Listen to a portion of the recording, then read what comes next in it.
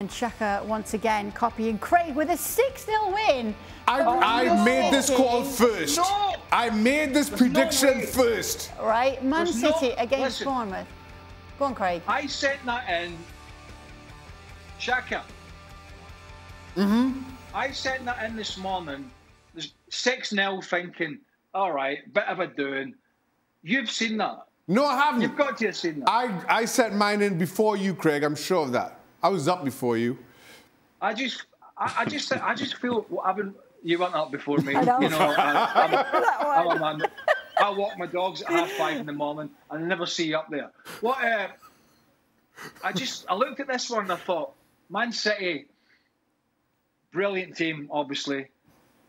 Great start last week, completely controlled the game. Perfect start for Haaland, in a sense. I think he'll get even more chances this week, obviously being at home. Bournemouth had a good result, but you know it's just tough to go there and as we used to say in the old days, chase the tango. Don't get a kick of the ball. You just don't get a kick. It's relentless. And I just don't see how Bournemouth are going to be able to cope with this City team, even without Erling Haaland. And I think it could be a mauling, and that's why I went for 6-0. And that's why Shaka's copied me, and he's gone for 6-0. I think more importantly, the former Man City player has gone against his team pretty much by not going for 6-0, Nedum. I mean, come on. Were you not impressed with Haaland last week?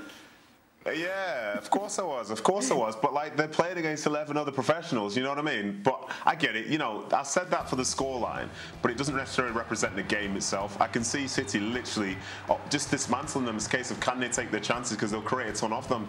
But I just believe, you know, so early in the season, a team's been newly promoted or whatever, you know, they're going to be quiet, they're going to be committed, they're not going to be broken spirit-wise. And off the back of the fact that they won last week, there'll be this sort of like naive confidence to the way that they play, and they'll be believing in themselves. But you know, obviously the main man up top is making these runs, is being fed.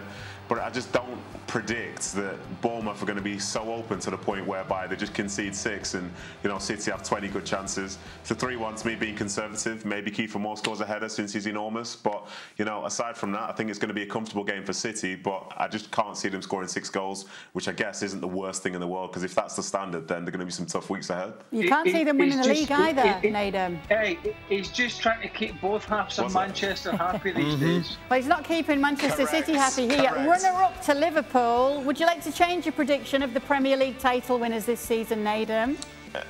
Listen, Kay, for all people that know I'm associated to Manchester City, you know, I can either be right or I can be happy. So either way, it is what it is. So was that one, is the City prediction in Sharpie as well? It seems all your picks are in light pencil somehow.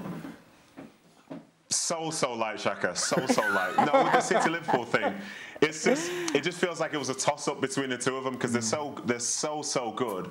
And whereas with City bringing in a couple of new players, I thought it might take them longer to adjust than say some of the Liverpool ones, because Liverpool did feel very similar, even though only one player's left and so on. Whereas for City, you're thinking, will he hit the ground running? Losing Sterling, he's been a fixture in the side for the last 5-6 years. You know, Jesus has been the same for the last 3-4 years.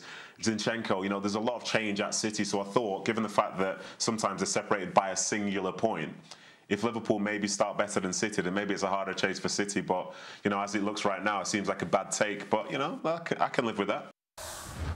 Well, thank you very much for watching ESPN on YouTube. For more sports highlights and analysis, be sure to download the ESPN app. And for live streaming, premium content, and let's not forget as well, ESPN FC 7 days a week. Subscribe to ESPN+.